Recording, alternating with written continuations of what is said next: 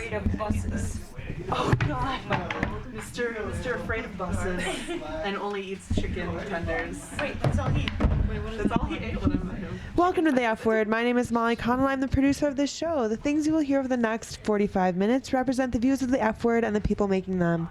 All opinions and quotations in no way represent River West Radio and are the sole responsibility of the producer, guests, and callers. River West Radio is not liable for any legal issues arising from the content of this program. Well, welcome back again to The F Word. We took a break last week because of finals. Everyone was pretty busy with that, but we are back with a great, awesome show this week. Yay!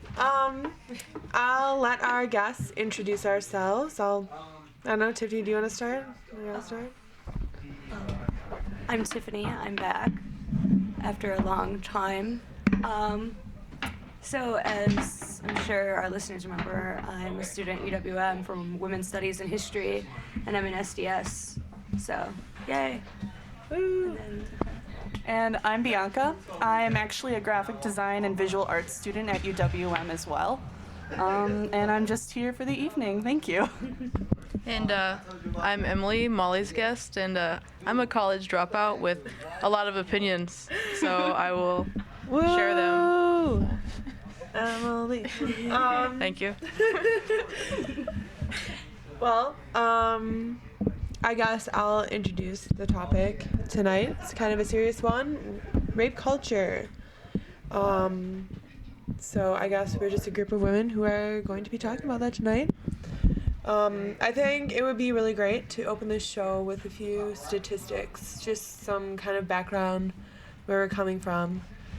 So, All right, we have a bunch of stats here from thehealingcenter.org on the War on Women, sexual assault statistics. 1 in 4 college women report surviving rape, 15%, or attempted rape, 12%, since their 14th birthday. In the year 2000, 246,000 women survived rape and sexual assault. This computes to 28 women every hour. Between 62% and 84% of survivors knew their attacker. 8% of men admit committing acts that meet the legal definition of rape or attempted rape. Of these men who committed rape, 84% said that what they did was definitely not rape. More than 1 in 5 men report becoming so sexually aroused that they could not stop themselves from having sex, even though the woman did not consent. 35% of men report at least some degree of likelihood of raping if they could be assured they would not be caught or punished. 41% of college women who are raped were virgins at the time. 42% of rape survivors told no one about the rape. 75% of the men and 55% of the women involved in acquaintance rapes were drinking or taking drugs just before the attack. 57% of rape happens on dates. 55% of gang rapes on college campuses are committed by fraternities, 40% by sports teams, and 5% by others. Of those rapes reported to the police, which is 1/3 or less to begin with, only 16% result in prison sentences. Therefore, approximately 5% of the time a man who rapes ends up in prison. 95% of the time, he does not. 42% of rape survivors have sex again with the rapist. 30% of rape survivors contemplate suicide after the rape. 82% of rape survivors say the rape permanently changed them. and an interesting point that was brought up to me by someone was, what if we reversed these statistics, saying 1 in 4 men rape?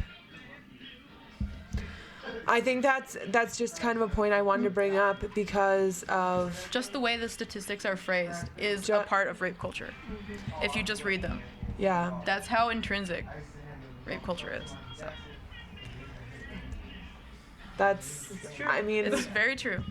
I would just be curious to see the response of something like that. I think people would be much more shocked knowing phrasing it that way. When I made these flyers, I just copied and pasted from websites, so don't kill me.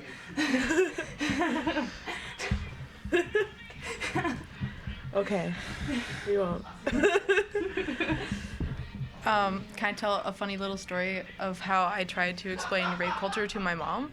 Yes. And how this is something that people just can't wrap their mind around for some reason, because it's so, like, on every level this exists. So I explained to my mom the whole concept, you know, like, you shouldn't have to protect yourself against rape. You should not rape. That's the whole concept. And she's like, I keep going more in depth, which we will be doing, I'm sure. And at the end of the conversation, my mom goes, I totally get it. I totally get it. Men think with their brain and they think with their penis, and their penis usually wins. And I was like, Mom, that is rape culture, because men think with their brains, not their penises. Like, even at the end, it was still that's an exact example. Yeah. And it's not, I'm not saying my mom is ignorant or anything like that. It's something I struggle with. I think everyone struggles with it. It's so indoctrinated into our everyday lives. Right. I mean, before we get into like experiences, which we'll, before we get more in depth into the culture, I just want to point out one thing that kind of goes off of that. I'm in this class that is about gender roles throughout history, and we had like an open discussion, and rape was brought up, and this one girl's like, well, I think a part of the problem is hearing these young girls talking about, oh, I blew this guy, or I had sex with this random guy, and blah, da, da, da. It's kind of letting them come off as being able to be raped. Like, they're making themselves open to it. And then this one guy said, oh, he works at a club, and he sees these girls grinding up on men all the time, and they have sex with men in like the bathrooms. They're just asking for something to happen. And I remember getting like really upset, because as we'll hear in a few minutes, I mean, I've been raped more than once, so like for me to hear this, I'm like, no, that's not it at all. Like, it's not anything that the woman is doing. She should be able to have intercourse with who she wants to, be able to flirt. And I don't even like to use the word tease, because tease is implying that we're doing something to the man, when we should be able to flirt or whatever with whoever we want, and dance with whoever we want in whatever manner we want, or dressing however we want, without being said that we're asking for it.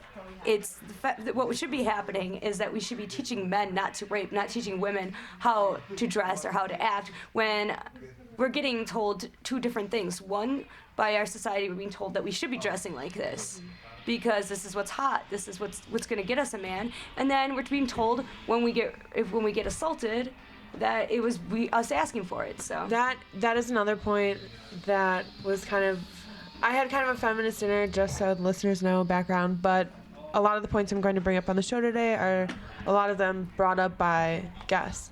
And one of the points that was brought up is magazines, especially, culture tells you to be a certain way. It gives you 101 ways to please your man, and a guide so you know what jeans make your butt look hot. And then that same culture that is created from these things rape shames people. yeah. It also paints a picture of who looks like they have, like, are a victim, when a lot of people don't fit that bill at all, and they just get written off. The whole, it's all completely backwards, so. So that was a point I wanted to make about that. That's where you get the double standard. Yeah. Have you guys ever seen the pictures? I wish I had looked it up before I came on, but the pictures of the women who have been raped holding signs of what the last thing the rapist said to them. Yeah. Were they? And Project Unbreakable. is that what it is? Yeah, Project Unbreakable. They have a Tumblr. I follow most of my feminist views, and like the research I do is on Tumblr. Yeah. There are a lot of really great feminist blogs. Like this is rape culture, male privilege, all these different blogs that I research, I go through. And Project Unbreakable is one of them. I have actually submitted to them. They are wonderful. This woman goes around the country, and she'll hold, like, special times that she's going to be there photographing women, and she offers, poster board markers, write what your rapist said to you as you were being raped, write, the moment, like, that really struck your mind.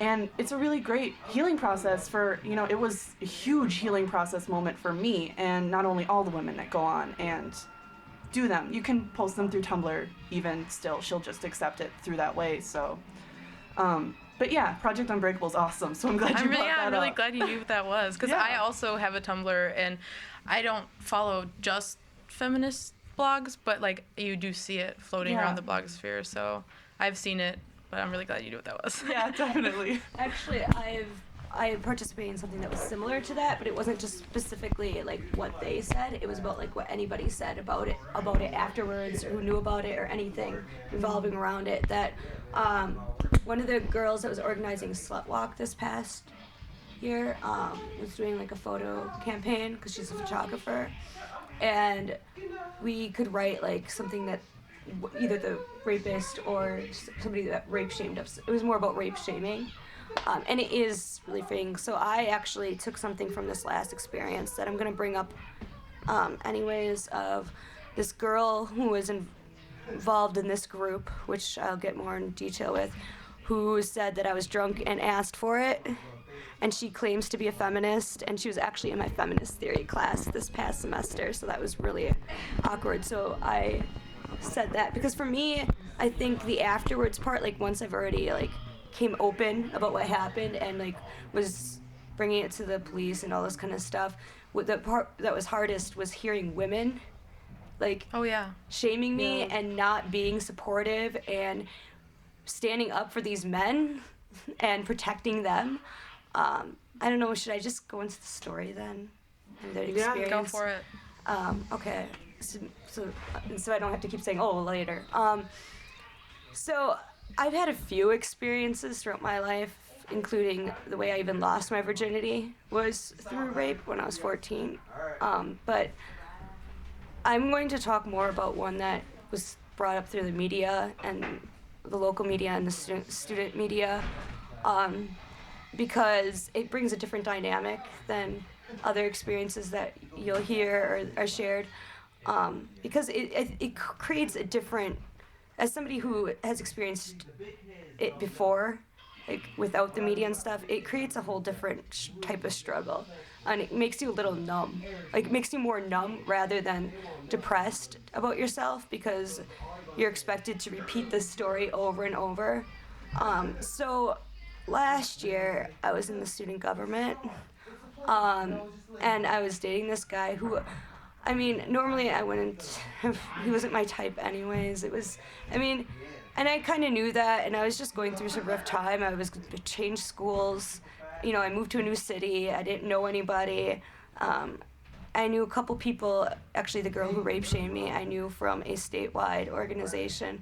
And so, like, I promised myself I would never get involved in student government after my 2 year, but I ended up getting involved because I was new and I didn't know anybody except for these people. And I met this guy. We started dating. It wasn't really anything real serious. And he was the treasurer of the student government, and his best friend was the vice president. And it was the vice president's birthday. And the vice president already hit on me a lot, and he even asked me the first day he met me, like, because he knew I was a feminist and he knew I was leftist, like, what would be the boundaries? Like, what could he say to hit on me without it being like harassment? And I said, well, don't compliment my body or my boobs. Like, if you think that I'm pretty, just, you know, really keep it to yourself, because I don't, you know, like, I didn't care. I was just like, if you're gonna compliment me, be respectful, you know? Like, if you must find the need to compliment me, be respectful. Don't be like complimenting my tits or something, because he was already doing stuff like that. But I mean, I don't have to ask a man. Yeah. What can I say that won't be crossing the line? Yeah, it's just, yeah, God, no, could you no. imagine? Yeah, I know. So should I No. not like walk up and grope you?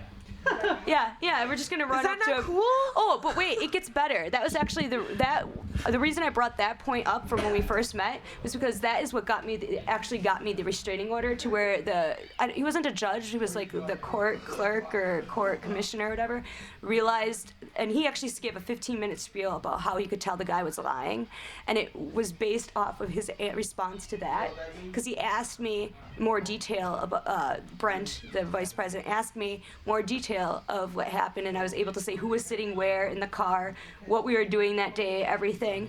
So that was actually the thing that got me the restraining order, was being able to say that that even occurred.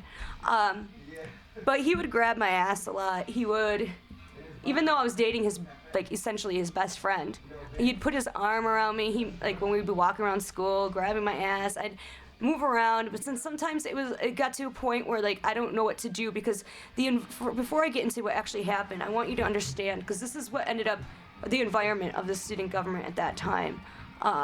And it was actually the student government itself, that environment that I got under investigation last year because of all this. It was like kind of like a cult. Like if you were to speak out against something, it was like you're ostracized. I don't know how to really explain. It's like this. I don't know how to explain it. Like I guess the best way I can is like a cult. Like you have to go along with these people, otherwise you're like blacklisted essentially. And in politics, it's this weird dynamic too when you're playing politics, because essentially that's what they're doing, is playing politics, and they're training to be politicians. So it was a really weird dynamic and a really weird environment, and really, I don't even. Anyways, so I'm gonna get to the point. I'm just struggling to get there because it's been a year since I've been talking about this. But so it was his birthday, and we hung out at my place before we went out to get drinks. Me, him, and my boyfriend, and everything was fine then. We went out to get drinks. Before we left, I had like one sip of wine. When we got to the first bar, which was the whiskey bar, first they got me a martini. I didn't like it. I had one tiny little sip, didn't like, because it was martini dry. The reason I'm telling you the drinks, you'll find out. Then they got me a tequila sunrise. I drank like 2/3 of it within like a half hour to an hour, so it was longly spread. Then we went to another bar.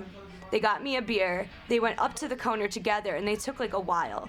They got me a beer. I ended up only drinking half of it, or a little more than half, because by the time I got to that point, I started feeling woozy, like the room was spinning. And I'll remind you, they both were in a frat too. The room started spinning, and they had to help carry me out of the bar. We got into my boyfriend at the time's car. All I remember from the car ride was feeling like dizzy, and then my MGMT playing, because it was my CD in the car, and just everything spinning and the same song playing over and over. It was Electric Feel. And then we got to my apartment. I changed, because I was starting getting hot, so I changed into these yellow shorts of mine and a white Doors t-shirt. Pretty sure, yeah. It's been so long since I've just... and then I went and sat on the couch. I started feeling like really like fucked up. Really screwed up. And my boyfriend started kissing me, and then Brent, the vice president, started fingering me. I remember telling my boyfriend to make him stop like 3 or more times. I don't remember the exact number now, it's been so long. And that was the last thing I remembered, and I passed out. When I woke up, Brent was walking out the door, and I was like, what's going on? And he had to leave because he had to go do like an AIDS walk in the morning at 8 a.m. and it was like probably like 5 by that point. And so I was passed out for a couple hours. I wasn't feeling sick at all throughout the whole time. I just felt really dizzy and drugged up the whole time. And I went and I just threw up really violently. And I asked my boyfriend, like, what happened? And he's like, well, I know Brent's been into, or something about like, I said, was there a threesome or something like that? I don't remember the exact words. But he was like, it wouldn't surprise me, he's been into that kind of stuff before. And then, yeah, so then I went to bed, and I woke up with a splitting headache the next day, like horrible headache, like beyond belief. And like, I felt violated because at that point, I just assumed it was just the fingering that had happened. So I just felt really, really violated. But I also felt like there wasn't anything I could do. And I'm like a really strong person. And you know, I've been through this stuff before. I've been in abusive relationships. I've overcome so many obstacles and so much bull crap that, you know, I felt really guilty because I didn't think that could happen to me again. Because I've overcome so much and I rose above so much of this other stuff that's happened to me that was similar or worse or whatever, that I just was so disappointed in myself, and I just didn't do anything for like a month and a half or so, and I just drank a lot. I would go to the gas house when it would first open at school and drink, like have a drink right then, and then I drink later on. I felt really alone. Like, me and my current best friend weren't really at good terms at that point because he started dating this girl who was just who did not like me. You know who he is, yeah. So, I mean, there wasn't much I didn't really have anybody to talk to. I didn't want to talk to my mom, who's a second wave feminist and like really radical, who was already like knew about the stuff that happened to me before, and like I knew, like now I know she wouldn't have been mad at me, but like, you know, it's kind of, I felt really ashamed because that stuff has happened to me before, that I didn't want her to be like really disappointed in me again. So I kept it to myself, and then finally I just had enough. Like, I started leaving the politics and the student government and started wanting to go back into activism, which is what I was more into before coming here. And I went to a protest, and then after the protest I started thinking about things, and I was like, okay, I'm gonna go and do this. And then this girl who used to work at United Council, Erica, her and I went and we told the police on campus, and I was there for hours upon hours. I had to retell my story to like 3 different cops. They then called in the city police. I had to talk to them and retell them my story. And then they had to come to my apartment and take pictures.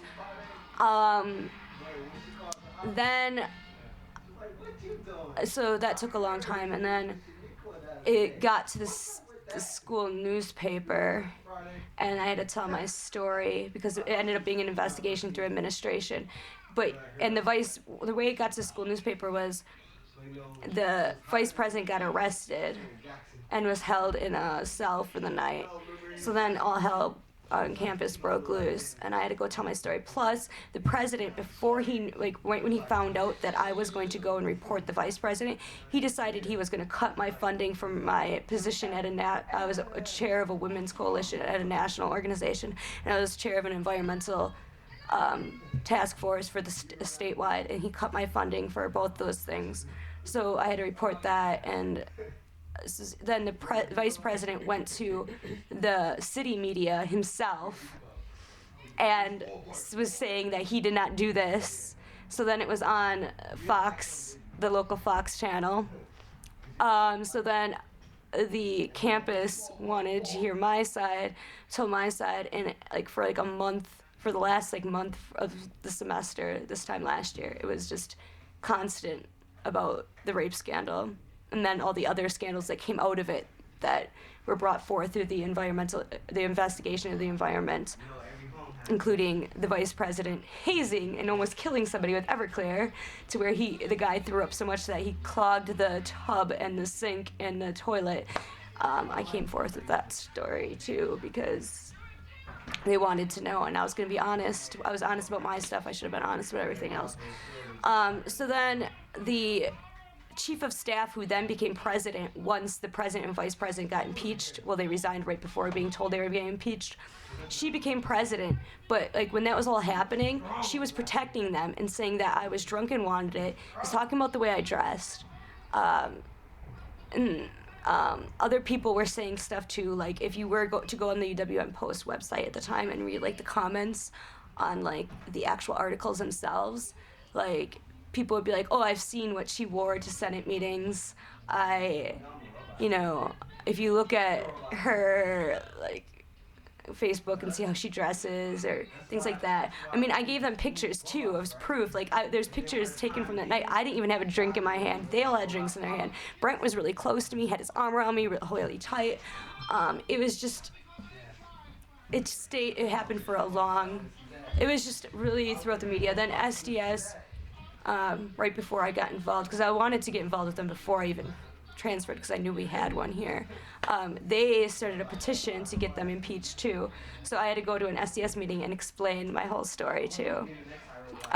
So it was everywhere. I was having to be told my story constantly, and like people were always watching and waiting for something to happen to where my story would fall apart. And it never did, because it was True. It was true. Yeah. I mean, like I said before, when I was going for the restraining order, the whatever he was, Coney, whatever, he gave a 15-minute little spiel about how you could tell that the guy was lying. I mean, when Panther Vision came to the courtroom, and when Brent saw them, he went running the other way, for instance. And the Post was going to take pictures, and he went running the other way. And then he goes into the courtroom. He brought an empty briefcase to make himself look professional, and they asked him what was in the briefcase, and he said nothing. Like, it was just a really ridiculous thing. It was all over the place, and you kind of get paranoid. You know, like, people are constantly judging you, and like even now, like, one of the boss drivers calls me like famous, and like it's a good thing though, but like he calls me famous, so like I didn't even have to show my ID, like, because he was asking for my ID, and I was just like jokingly, I was with my friend Corey, and I was just like jokingly, I'm like, I'm with the student government, I shouldn't have to, you know, just jokingly, and he's like, wait a minute, you're not her, are you? And this is a year later, this is like September, you're like, you're not her, are you? And it was just like, and I don't know, it's just really weird, like I don't even know how to explain it, but the dynamic is completely different, and what it does to you afterwards is completely different, because it's like you don't know who you can trust, because it's completely out there. And you know, like when we get into the discussion on rape culture itself, it's better to understand why, when it's like public like this, why it creates such anxiety and like paranoia, and you become numb, because I mean, I can't even remember how I was feeling when all that was happening, because I just became completely numb. There was a point where the Dean of Students' office, one of the people there, was wanting me to contact Norris because they were worried that I was going to commit suicide, but I didn't think I was, because I was completely numb. Like, I didn't feel anything about it anymore. Like, I mean, it kind of desensitizes you to your own experience, because you're constantly having to say your story, and it's in the public. You see it on the cover of the school newspaper. You see it, like, it on Panther Vision. You see it on, like, Fox News. You see it all over the place, to where it's just like, I don't know. And I think the thing that was the worst of it all was people's reaction, more so than it got to that point more so than the event itself, because again, the event becomes less impactful when you have to say it consistently over and over, and then it becomes more of like everybody else, people talking about me. I mean, the guy that I went and like spoke on behalf of, who was given all that Everclear, he ended up going and giving the guy a get well card because he was in jail for a night, and that really, really, really hurt me. I couldn't trust anybody. Like, everybody I knew, even though they weren't like the type of people I normally would associate with, they were all I knew in this new city, in this new environment. And like, I didn't know anybody. I didn't have anybody. And I was constantly getting texts from people at the Post, asking like to verify certain dates and events that happened, and it would just, and when I found out like who was replacing the president, after hearing about what she said about me, it was even harder then, because it was like no justice when it came to the student body themselves, because she was involved in like the cover-ups of not just my case but other cases that came out during the investigation.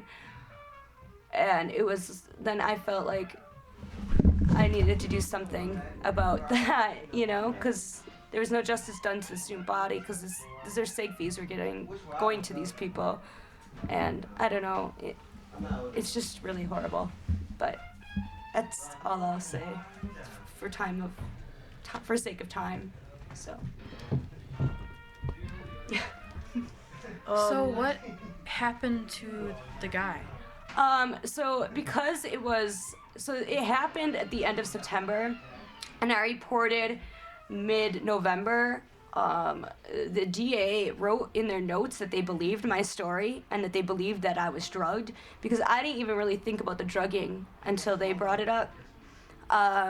They believed I was drugged. They believed that it happened. But because of the way that rape cases work, and this is something that I wanted to bring up during our rape culture discussion, but it should be here better suited to it, actually.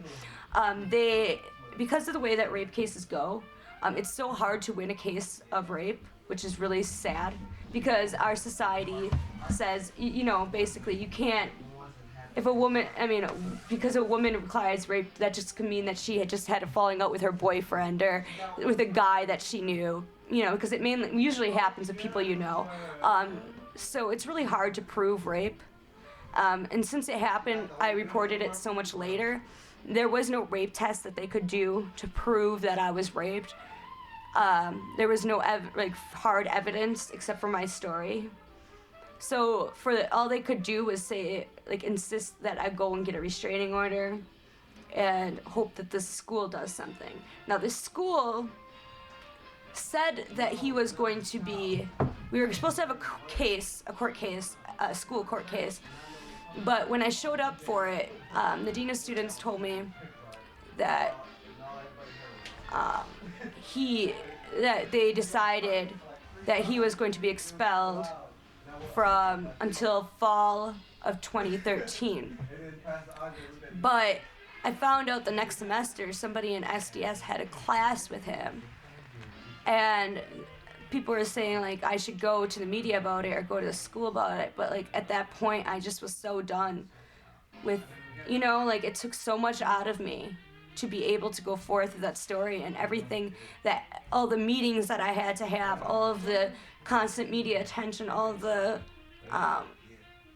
judging and the worrying what people were thinking, if they were believing my story, I didn't want to go through that again. So I kind of just let it be. I haven't seen him on campus. If he is on campus, I have my restraining order. He didn't show up to the court case thing on campus, and they decided to come up with a ruling without him there, because even though it was a court case thing, I could call the cops because I had a restraining order and put him in jail just for showing up. That would have been funny, but I wouldn't have done it. Because it was an actual thing. So what would you say that was positive that came out of your experience, or would you say that it wasn't even worth it? I think not that either, mm-hmm. That's terrible to say, but it just supports rape culture. I think it was personally worth it, as well as I think that it, I'm pretty sure and I'm pretty confident that it empowered other people who have seen the articles to be able to come forth with their story, and because a couple people did start talking about coming forth about things that he did to them too. At least that's what the rumors that the EWM Post knew about. A couple other people were going to come forth, and if that were to have happened, if people would have decided to come forth, or then with all those different cases, then they would have to prosecute. At least that's what the DA said, that if more people, if another case leading to him happened, then then it would be most likely winnable. And this is an urban city, high population. The chances of a rape going through in courtroom as well. I wish more could happen, and it just, by the time I found out he was still in I don't even know if he's in school now. I don't know if it became effective after the next semester, because you already filed for financial aid. I didn't file for school for a whole year. I don't know when it started. They just said that he was out until fall of 2013. They didn't say when it became effective. And not just that, I just became so down and like I was worn out. I did not want to have to do any more of it. But I do think that it was important for me to do it, even if though nothing big came out of Oh, it. absolutely. Because first of all, he did lose his position in the student government. Though he resigned right before impeachment, typically a job's gonna ask, why did you resign, right? And I do believe the impeachment still goes on, depending on the type of job, because he will probably go in politics, since it wasn't in the school newspaper, since it was in the media, since he does have a mugshot, since if you do Google his name, this case does come up. I think it still did some good. It did good for me, and it did good for other women, to be able to feel like they don't have to hide and be shameful of things that have happened to them. So, but I know a big thing that a lot of women face, and that I have faced personally, is not knowing when you should report it. Because they make rape out to be like the only thing that can constitute as rape is a stranger attacking you. and those cases are the least likely. It's usually something you know. But for time, we should. No. I mean, I would love to talk more about this, but I feel like we should, because we have other people that want to talk too. But yeah, I mean, it was though nothing like he wasn't prosecuted or anything. But still it's was just important. the fact of And the restraining order is on his record, so. But you also The restraining order is not good enough. It's not good enough. not I good would have enough. liked him to be prosecuted. I would have liked all that. But you're bringing moving forward with thought it. is- You're bringing attention to how difficult it is Exactly. for women it's to get justice it's for their very rape. difficult. And no matter what more I could have done, I don't know what more I could have done. And since it was in the media, it is proving right now that no matter how true your story is, no matter how many people believe it, because of the way our society is, a woman being able to go and get this even brought to court in the first place is freaking difficult. Absolutely. Well, what's the stat here? Of those rapes reported to the police, which is 1/3 or less to begin with, only 16% result in prison sentences. Yep. Therefore, approximately 5% of the time, a man who rapes ends up in prison, and 95% of the time, he does not. Yep. And the culture of rape that surrounds these statistics is something that every woman responds to every day in the way they live their life. Many people that I've talked to about this agree that even when a man comes into a room of just women, the response, the way you act is different. It is, and it may be even a subtle difference, like starting out when you're speaking saying, oh, I don't want to offend anyone, but I really think that apologizing for your opinion, trying to tailor what you're saying to be sympathetic to a male audience. It's all these little factors that build up into how women have to respond to rape culture every day. I never actually did that before this case actually happened. Like I was raped. I've been sexually harassed. I was sexually harassed for a very long time throughout my life. I've gone through a lot of crap, and I never still was like that. Like what you just explained. Yeah. At least not apparently apparent to myself until this past year. Like my whole personality changed, and I was already diagnosed with post-traumatic stress disorder prior to that. And now I'm getting fibromyalgia, which is caused by trauma and anxiety and stress, and which is just going through your body instead of just mentally. So, yeah, I would have loved for more to happen, because it's going to affect me for the rest of my life, but I just don't want it. I'm not going to play victim. I'm not a victim. But I think by standing up, you prove that. You're not a victim. No matter what, women are a victim of this system. Obviously, if 95% of rapists are going free.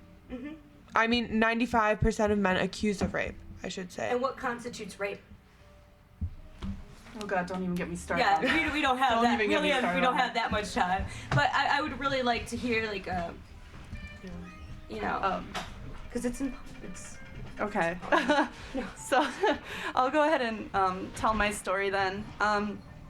So I have several stories. I lost my virginity being raped. Didn't realize that it was rape until actually just recently when I started, acknowledging that being pressured into sex is a form of rape, because my first partner had just, guilted me into it. Then even at that point, I had to struggle to get him to use a condom even. So, but the one that I want to talk about has really, really messed with my mind, and it's almost been a whole year. It'll be a year this week since it happened. And it's kind of hard to talk about, but I've become pretty open to talking about it recently. But so how it started was, I've never had a good experiences with guys. I would always fall for guys that, didn't like me back. I wasn't, accepted by them. They wanted me as some girl to date, but never to be in a relationship with. So I was kind of in one of those situations at the time. There was a guy that I really liked, had liked him for about a year, was still kind of pursuing him and not getting anywhere. A friend of mine knew that I was single and knew that I was attracted to Asian men.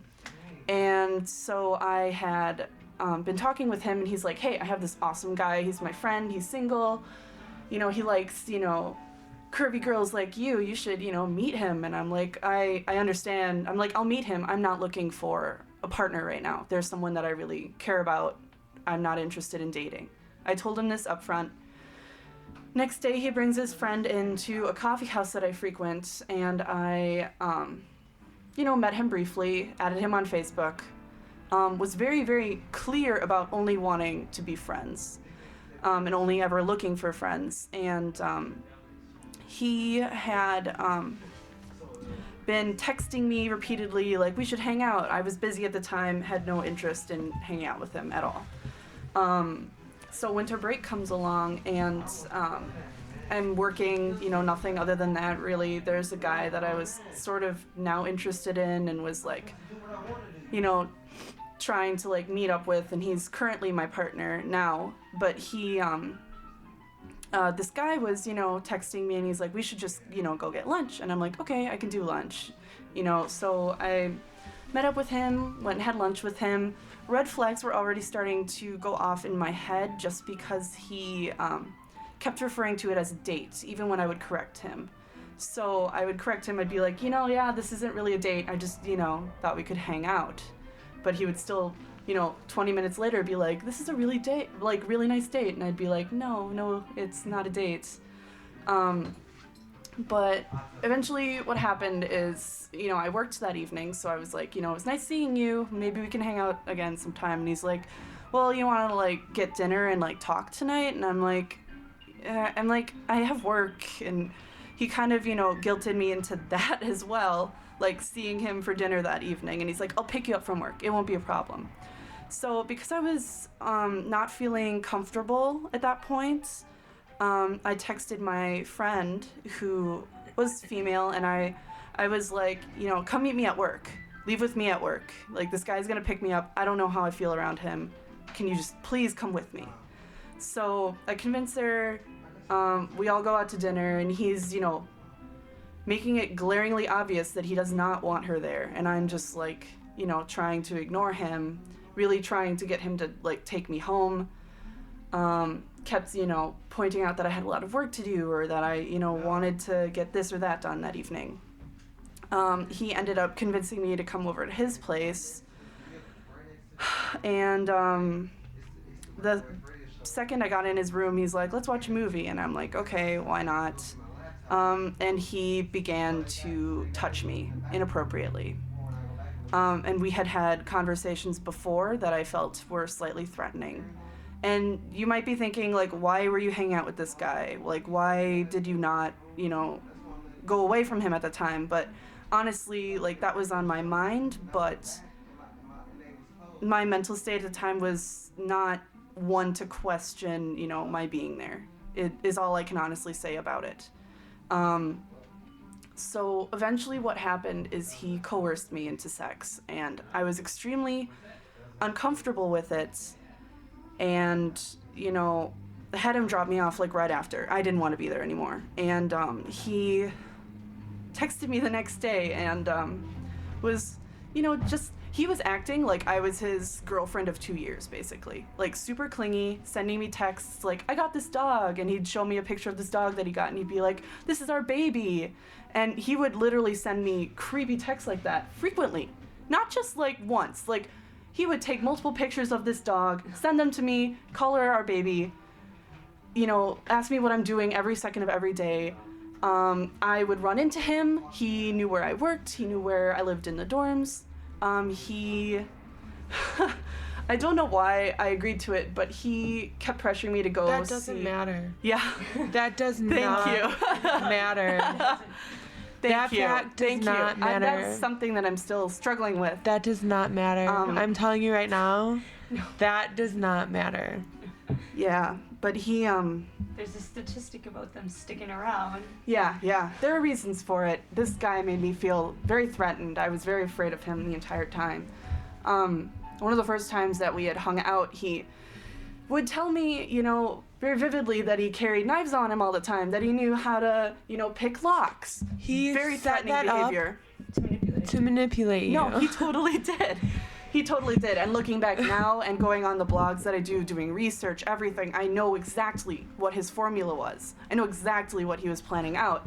Like, our second, he would call it a date, but our second, meeting, we went and got lunch, and he would be like, you should come to Malaysia with me, and for my family's wedding, and all this stuff. And I'm like, we have met twice now, and no, I'm not comfortable. But that actual day, he had took me to the movie theater, and he parked in the back of the movie theater lot, locked his doors, and then proceeded to force me into sex with him again. Despite me being on my period, being in pain, telling him, no, I don't want to, he continued anyways. So we then went into movie theater. I kept thinking, like, the entire time I was there, I want to leave. And, he put us to the back of the movie theater, was touching me while we were at the movie. I kept thinking, like, okay, I can go to the bathroom, tell him I'm going to the bathroom, go outside, call my stepdad, have him pick me up. But then the shame was, triggering in my mind, I'm in the middle of nowhere. I'm literally right next to a highway, but there's nothing else. It's just this, movie theater. Could he get here in time? Could my stepdad get here in time? He planned that. Yeah, no, he did. He planned to do that to you. He did. He definitely did. I think it's hard to accept that people can be that horrible, and that's Yeah. part of the shame. Yeah. That you let yourself be so close. Not even let yourself, but that Felt trapped. somebody Yeah. coerced you. Somebody like that coerced you, took advantage of you. Yeah. Yeah. No, I acknowledge that now. At the time, it's really, really hard to address at the time. And I'm sure Yeah. all of you can understand that, because you do feel like it's your fault, and it's definitely not your fault. And I mean, looking back now, it's like all these little things, like, well, he wasn't, this big, I could have taken him on, but it doesn't trigger in your mind when they're talking about how many knives they have, how they know how to pickpocket, all of these things. Him picking me up at my house, knowing where I live, both in the city, out of the city, Know where you work. knowing where I work. He knew where both of my jobs were. So Brings you he, out to the theater out in the middle. yep, he brought me to the theater out into the middle of nowhere and forced me to have sex with him. And afterwards, I was like, oh, I should really go home. And he's like, oh, no, I think you should come see the dog because you haven't seen the dog yet. So he drives me back to Milwaukee, actually. And I'm playing with the dog for a bit. And then, sure enough, he initiates sex again. And this time, I was very visibly like, I don't want to do this. I don't feel comfortable with this. And he was just like, oh no, baby, it's okay. I just want to make you feel good. And that's actually the quote that I had used on Project Unbreakable, is like, it'll be fine, I just want to make you feel good. And so I gave in again, and I was actually in severe pain at that point. My period was extremely rough. I was just feeling like physically ill. I was literally to the point where I was begging him to stop, and he refused, and he continued. He then dropped me off at my house in Cedarburg afterwards, where I stayed up until 3 a.m. crying and was trying to like figure out how to get out of this cycle, because he knew both places where I lived. That evening when he had dropped me off, he had followed me to my garage door, stood behind me, and then made a comment like, "Oh, that's your garage code?" So I was very visibly like freaked out. I was concerned this man was going to come into my apartment or into my house, and I live with 3 younger siblings, like young siblings. I was like not just concerned for myself at that point, but concerned for them as well.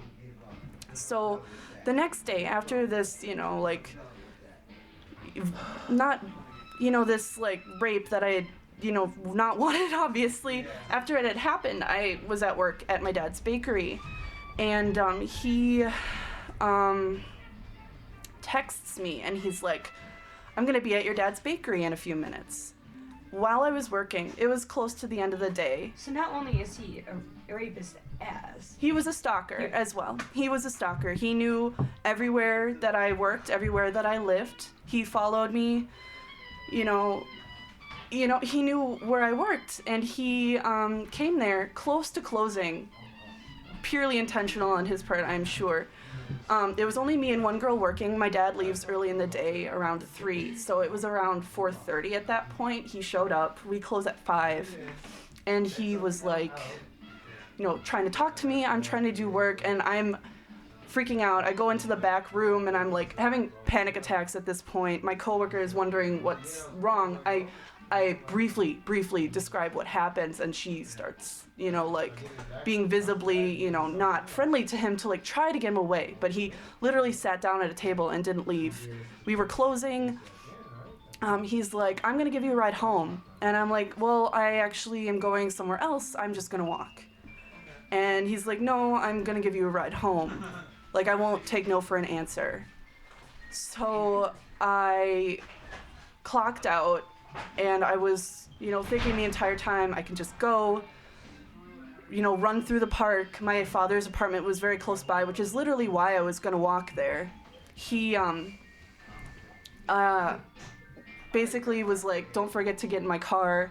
I'm gonna take you home." And so he drove me to my father's apartment, and I was in the car with him, and he tried kissing me, and I literally started shaking in front of him. And he's like, "I'm sorry."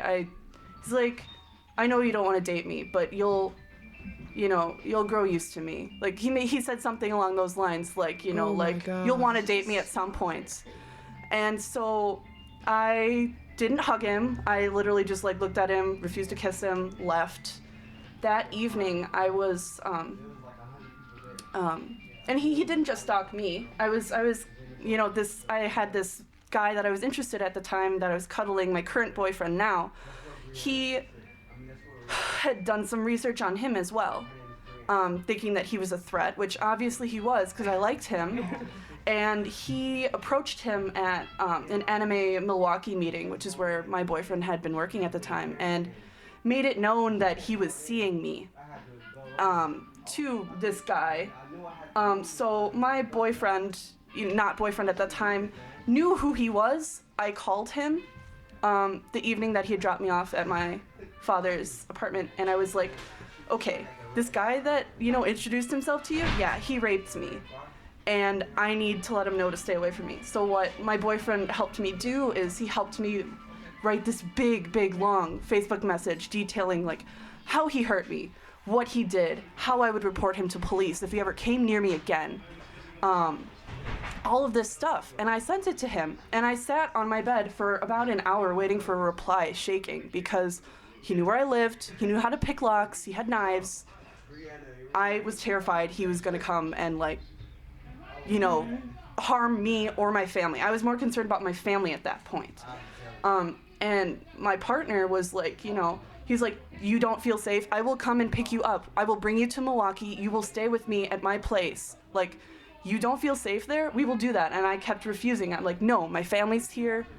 I'm not leaving them, you know, with this possible risk.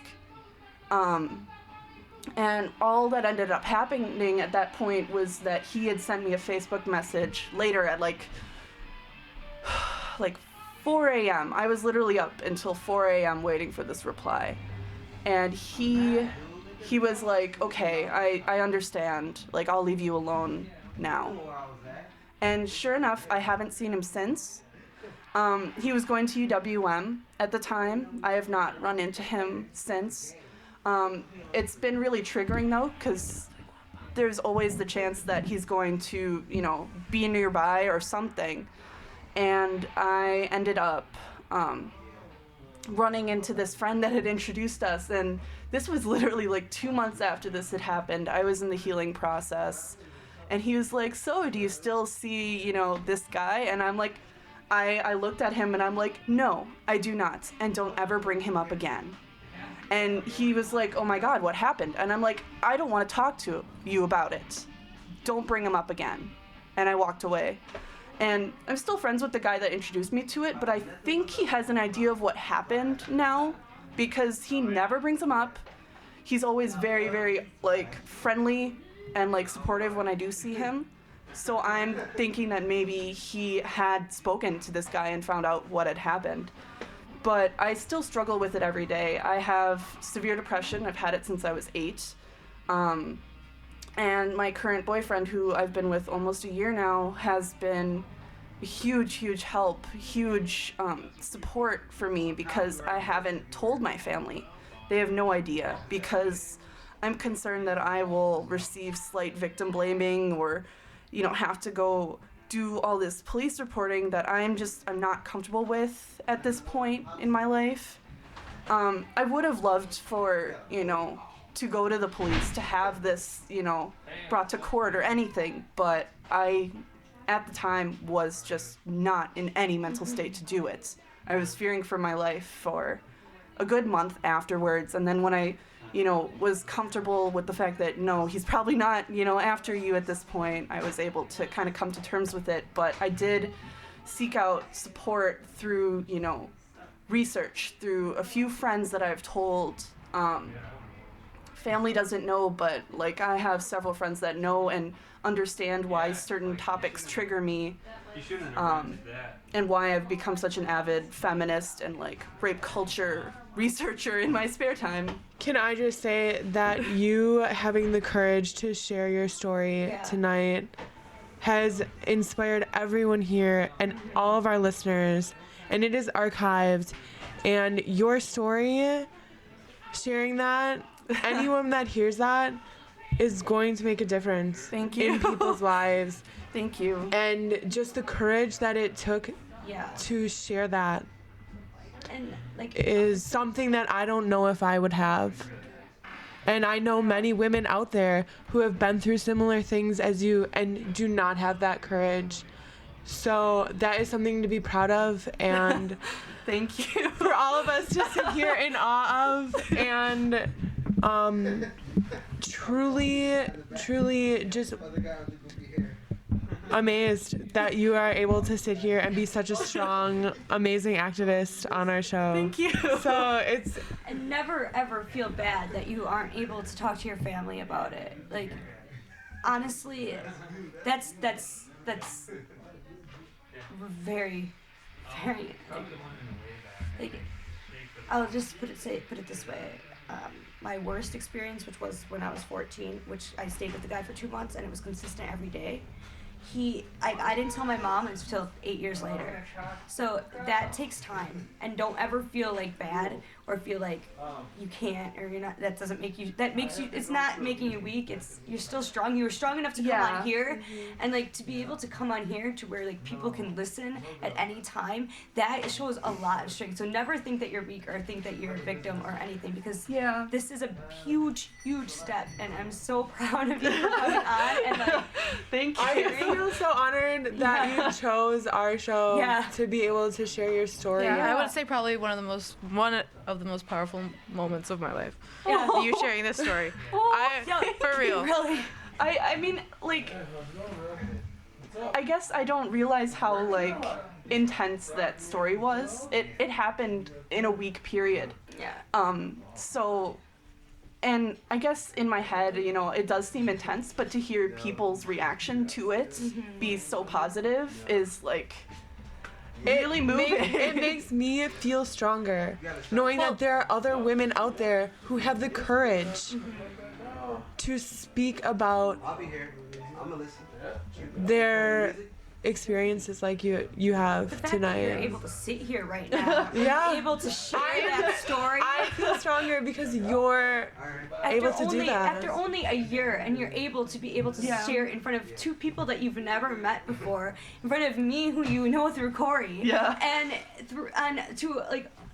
on a radio show. That takes a lot. And Yeah, I that's- mean, I was really nervous I was almost because in oh, like you don't know how like that really touched me, and like I wish that I would have heard things like that when I was younger. I wish that I had been told Yeah. that it's not my fault earlier on in my life. I had to go and seek that out afterwards. Because I kind of grew up in a house where it's like you should kind of wait until marriage, you know, this is kind of an important thing. So I didn't feel comfortable telling this to my mother, telling this to anyone really. I think you know, I'm definitely still in my healing process, but being active in these issues is really helping me, because when I see, you know, other women struggling through it, or I meet other women that are victims and I can, you know, relate to them, empathize with them, you know, explain like, these are good resources, check these out, these helped me, you know, that's what's important to me. I may have not taken like a feminist issues or theories class, but I feel really connected to this. Well, I just wanted to say that I don't see any victims sitting in front of me. I see survivors and really strong, amazing women who I'm very honored to have shared their stories with us on the show tonight. We are officially running over into John Terry's show. I got an idea for like if you guys want to talk about like culture sometime, like we have a part 2 where we actually talk about. Yeah, I Yes, think rape we culture are is going to definitely continue be a this show. continuing We are going to have conversation. part 2, and hopefully Bianca and Emily and Tiffany, I'm sure, will be back for that. I would love to. So I just kind of wanted to wrap it up real quickly with any last thoughts, comments. True power. Women power. And just thank you to the survivors on our show and giving us strength through God. your story. I didn't know it was so intense. Yeah, not a lot of people Yes. do. Well, thanks thank again. you. And you. have a great night, everyone.